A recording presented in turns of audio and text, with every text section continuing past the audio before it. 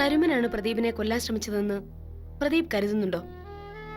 അത് അവൻ എന്തും ചെയ്യാൻ തയ്യാറായി നടക്കുന്നവനാ. നീരേറ്റ് തറവാടിന്റെ അസ്ഥിവാരം തകർക്കുന്നില്ലേ അവൻ പറഞ്ഞത്. ആ ഡോക്ടറുടെ മകളെ കിഡ്നാപ്പ് ചെയ്തില്ലേ അവൻ. എന്റെ ബലമായ സംശയം സെലീന കരുമൻ ഒറ്റയ്ക്കാവില്ല.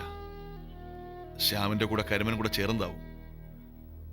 കരുമനെ ഒരു ഉപകരണമാക്കി ശ്യാമാണ് എന്നെ കൊല്ലാൻ ശ്രമിച്ചത്. അവനെയാണ് അറസ്റ്റ് ചെയ്യേണ്ടത്. തെളിവില്ലെങ്കിലും ശ്യാമിന്റെ കേന്ദ്രം റെയ്ഡ് ചെയ്യാൻ ഞങ്ങൾ ശ്രമിച്ചുകൊണ്ടിരിക്കുക.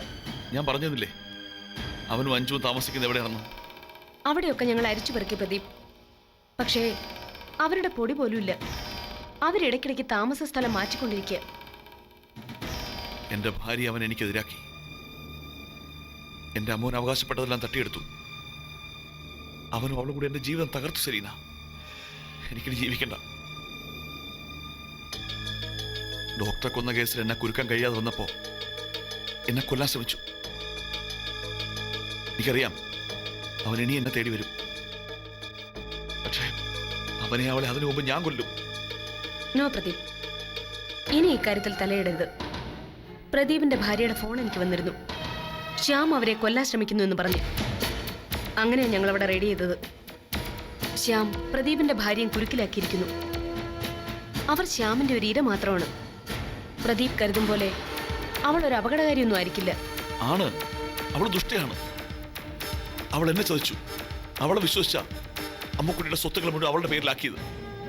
എന്നെ ഉപേക്ഷിച്ച് അവൾ ശ്യാമിനോട് ഓടിപ്പോയത് അവൾ നല്ലവളായതുകൊണ്ടാണോ? നല്ലവളായിരിക്കില്ല. പക്ഷേ അവരിപ്പോ പശ്ചാത്തപിക്കുന്നു. അവർ തമ്മിൽ ഒരു ഭാര്യ ഭർത്തൃ ജീവിതമൊന്നും ഒരിക്കലും ഉണ്ടായിട്ടില്ല. പണത്തിനു വേണ്ടി ശ്യാം കണ്ടെത്തിയ ഒരു ഉപകരണം, അതാണ് അഞ്ജു. ഞാനത് വിശ്വസിക്കില്ല സെലീന. എന്റെ മുന്നിൽ അവൾ പതിവറ ചമയായിരുന്നു. എന്നെ അങ്ങേയറ്റം സ്നേഹിക്കുന്നതായിട്ട് ഭാവിച്ചു.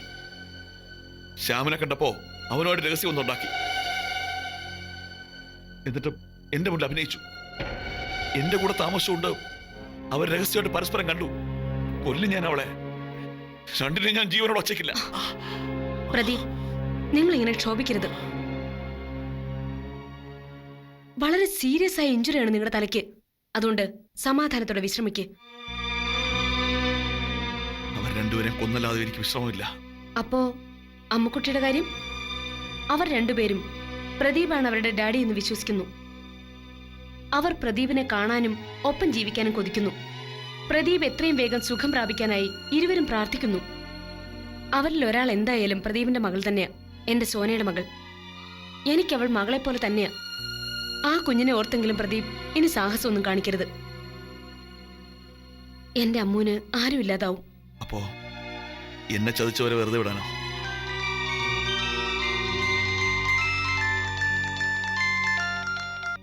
Hello madam. SP Selina here. അതെ, പറയൂ. നിങ്ങൾ ആരാണ്? എവിടെ? അഞ്ജു ശ്യാമ അവിടെ ഉണ്ടെന്നോ? നിങ്ങൾക്ക് എങ്ങനെ അറിയാം? ആരാ നിങ്ങൾ? ചെൽമി, ഭയപ്പെടണ്ട. നിങ്ങളെ ഒരിക്കലും കേസിൽ കുരുക്കില്ല. പറഞ്ഞോളൂ, ആരാണ്? ആരാണ് നിങ്ങൾ? ഹലോ,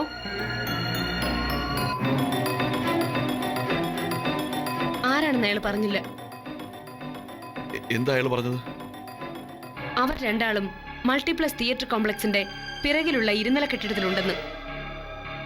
റെയ്ഡ് ചെയ്താൽ ഉടൻ പിടിക്കാമെന്ന്. വിടരുത്, ഉടനെ പിടിക്കണം പ്ലീസ്. ആ പിശാചുക്കൾ രണ്ടിനെയും കണ്ട ഉടനെ വെടിവെക്കണം.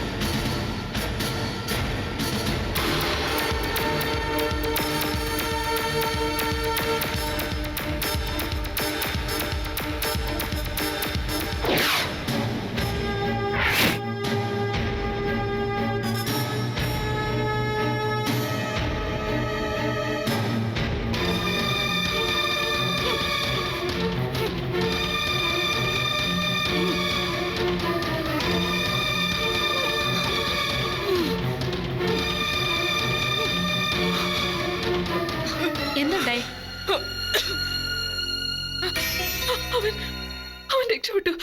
ശ്യാം എന്നെ കൊല്ലാൻ ശ്രമിച്ചു. പോലീസ് എത്തുന്നു ഭയന്ന അവൻ ഓടിക്കളഞ്ഞത്. വിടരുത്തവനെ, അവനെന്നെ പ്രതിഭേട്ടെ കൊല്ലും. അമ്മുനെ എന്നെ കൊല്ലും. വിടരുത്തവനെ. അഞ്ജു അഞ്ജു അഞ്ജു അഞ്ജു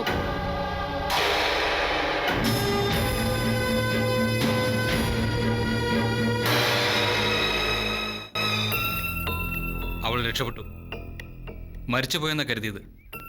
എൻ്റെ അസിസ്റ്റന്റിന്റെ ഒരു കൈപ്പിഴ. എന്നാലും ശ്യാം സാറേ, ഇതൊരു തീക്കളിയാന്നേ. ഇനി ഇങ്ങനെയൊന്നും വേണ്ടാന്ന എൻ്റെ അഭിപ്രായം. പ്രമാണം കൈ കിട്ടിയാലോ, അത് കൊടുത്ത് ആ വർഷാ മേനോനോട് കാശും വാങ്ങി ആ അമ്മുക്കുട്ടി കൊച്ചിനെയും കൊണ്ട് എത്രയും പെട്ടെന്ന് സ്ഥലം വിടുന്നതല്ലേ നല്ലത്. മാത്യു സച്ചായന് ബുദ്ധി ഉണ്ടെന്നാ ഞാൻ കരുതിയത്. അച്ചായ, ഞാൻ ഏത് പാതാളത്തിൽ പോയാലും അഞ്ജു ജീവിച്ചിരിക്കുന്നത് എനിക്ക് അപകട. അവൾ പോലീസിന് കിട്ടിയ ഏറ്റവും വലിയ ആയുധ. അവളെല്ലാം തുറന്നു പറഞ്ഞ പിന്നെ എൻ്റെ കാര്യം തീർന്നു. പക്ഷേ അവളൊന്നും പറയില്ല. അവളുടെ നാവ് അതിനൊന്നും വേണ്ടി ചലിക്കില്ല. ഛേ, ഇതിപ്പോ പീലിപ്പോസ് അച്ചായനേക്കാൾ കഷ്ടമായല്ലോ സാറേ. അച്ചായനൊന്നുമില്ലേലും മാനസിക രോഗം ഉണ്ടായിരുന്നു എന്ന് പറയാം. നീരേറ്റുകാരോടുള്ള പകമൂത്ത് വട്ടായതാ. ശ്യാം സാറിനും ഇപ്പൊ ആ രോഗം തന്നെയാന്ന എന്റെ സംശയം. നീരേറ്റുകാർ അവരുടെ ശത്രുക്കൾക്കൊക്കെ ഇനിയിപ്പോ ഭ്രാന്ത് വരാനായി കടുത്ത ദുർമന്ത്രവാദം വല്ലതും ചെയ്തതാണോ? അവരുടെ മന്ത്രവാദമൊന്നും എനിക്ക് കേൾക്കില്ല. അവർ ചെയ്ത ചതിക്കൊക്കെ ഞാൻ പകരം വീട്ടും. അതിൽ നിന്ന് എന്നെ ആർക്കും പിന്തിരിപ്പിക്കാൻ പറ്റില്ല.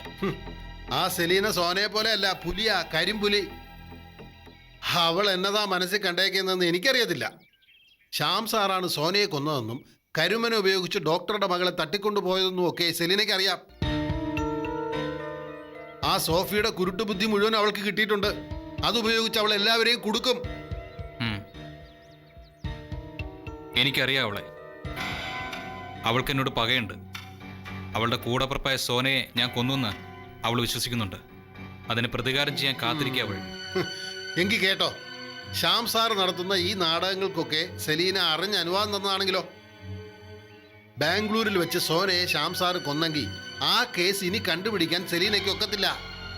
പകരം ശ്യാം സാറിനെ ഇവിടെ സെലീനയുടെ മൂക്കിൻ തുമ്പിലിട്ട് കറക്കും. അങ്ങനെ കറക്കി കുറ്റിയടിക്കാനാ അവളുടെ നീക്കം. അവൾ ആരാ പുള്ളി?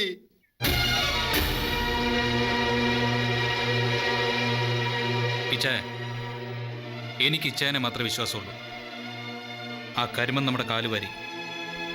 ഇനി എത്രയും വേഗം വർഷാമേനോന് നീരേറ്റ് തറവാട് വിറ്റ വകയിലെ പണം മുഴുവൻ വാങ്ങണം. അമ്മുക്കുട്ടിയെ കൈക്കലാക്കണം. അങ്ങനെ പറ. അല്ലാതെ ഇനി കൊല്ലും കൊലയൊന്നും വേണ്ട. അത് കർത്താവിന് നിരക്കുകയല്ല.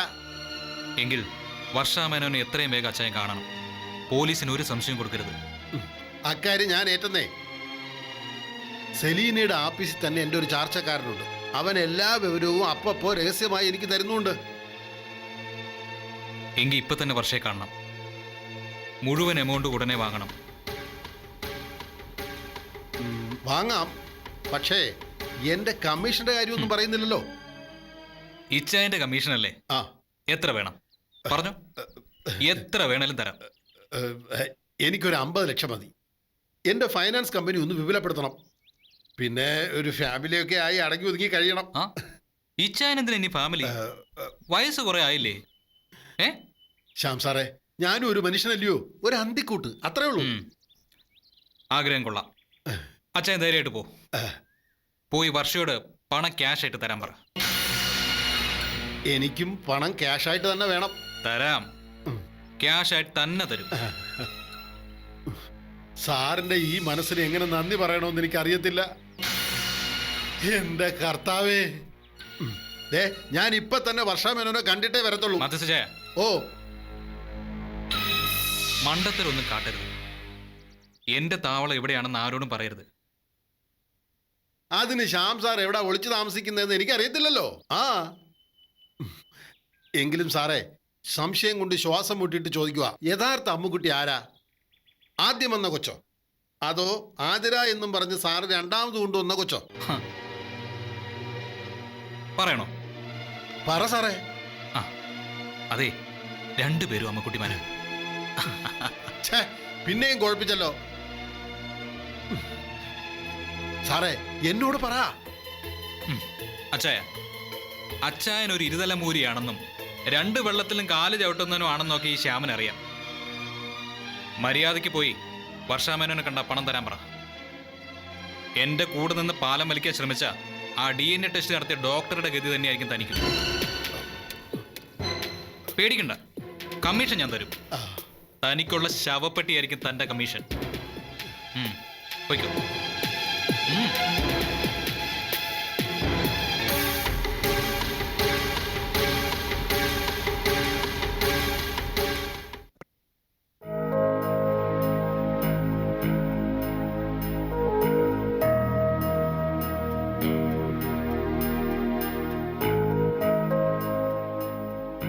അമ്മോ, എങ്ങനെയുണ്ട് ഞാൻ വരച്ച പടം?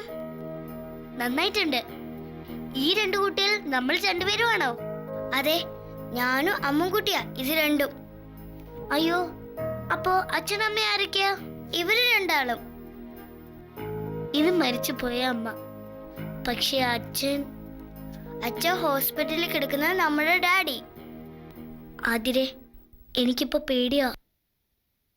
എല്ലാവരും സംശയ. അതെന്താ? ആരും നമ്മളോട് സത്യം പറയുന്നില്ല, എല്ലാവരും നുണ പറയാ. നമ്മൾ രണ്ടാളും ഹോസ്റ്റലിൽ താമസിക്കുമ്പോ മമ്മി ശ്യാമങ്ങൾ എപ്പോഴും അവിടെ വരും. അവര് നമ്മൾ ഡാഡിനും മമ്മീനും പറയും. പക്ഷെ ഡാഡി ശ്യാമങ്ങളല്ലെന്ന് മമ്മി ഒരിക്കൽ എന്നോട് പറഞ്ഞിരുന്നു. എന്നോടും പറഞ്ഞിരുന്നു. ആതിരെ, അപ്പൊ നമ്മളിൽ ആരാ ശരിക്കുള്ള അമ്മുക്കുട്ടി? മമ്മി നമ്മൾ രണ്ടാളെയും അമ്മൂന്നാണല്ലോ വിളിച്ചിരുന്നത്. ചിലപ്പോഴൊക്കെ എന്നെ അമ്മൂന്ന് വിളിച്ചിട്ടുണ്ട്. എങ്കിൽ നീ തന്നെയായിരിക്കും മമ്മിയുടെ ശരിക്കുള്ള അമ്മുക്കുട്ടി. ഇല്ല, നീയായിരിക്കും. എന്നെ അനാഥാലയത്തിൽ നിന്ന് എടുത്ത് വളർത്തിയതായിരിക്കും. അല്ല, നീ തന്നെ അമ്മുക്കുട്ടി. അല്ല, നീയാ. അല്ല, നീയാ അമ്മുക്കുട്ടി. എന്താ വഴക്കിടാൻ പോവാണോ? വഴക്കിടല്ല ആന്റി. രണ്ടാളും വഴക്കിടരുത്. നിങ്ങളുടെ ഡാഡി ആശുപത്രിയിൽ നിന്ന് ഉടനെ വരും. രണ്ടാളെ കൊണ്ടുപോവുകയും ചെയ്യും. ഇല്ല ആന്റി, അമ്മുക്കുട്ടിയെ മാത്രമേ കൊണ്ടുപോവുള്ളൂ. അമ്മുക്കുട്ടി ഇവളാ. ഇല്ല മോളെ, നല്ലവനാ പ്രദീപ് സാറ്. നിങ്ങളിൽ ഒരാളെയും അനാഥരാക്കില്ല. ഇനി എന്തെങ്കിലും സംഭവിച്ചാലും നിങ്ങൾക്ക് അപ്പാപ്പനുണ്ട്, ഡോക്ടർ ആന്റിയുണ്ട്, ത്രേസ്യാമ്മച്ചിയുണ്ട്. അവരാരും നിങ്ങളെ തെരുവിലിറക്കി വിടില്ല. ആന്റി പോവാണോ? ഞാൻ പോണു മക്കളെ. എങ്ങോട്ട്? എന്റെ കൂട്ടരുടെ അടുത്തേക്ക്.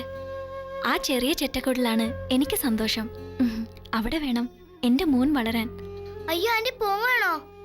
പോവാൻ ഞങ്ങൾ സമ്മതിക്കത്തില്ല. ആര് സമ്മതിച്ചില്ലേലും ആന്റി പോവും. ആരും സമ്മതിക്കില്ലെന്ന് ആന്റിക്കറിയാം.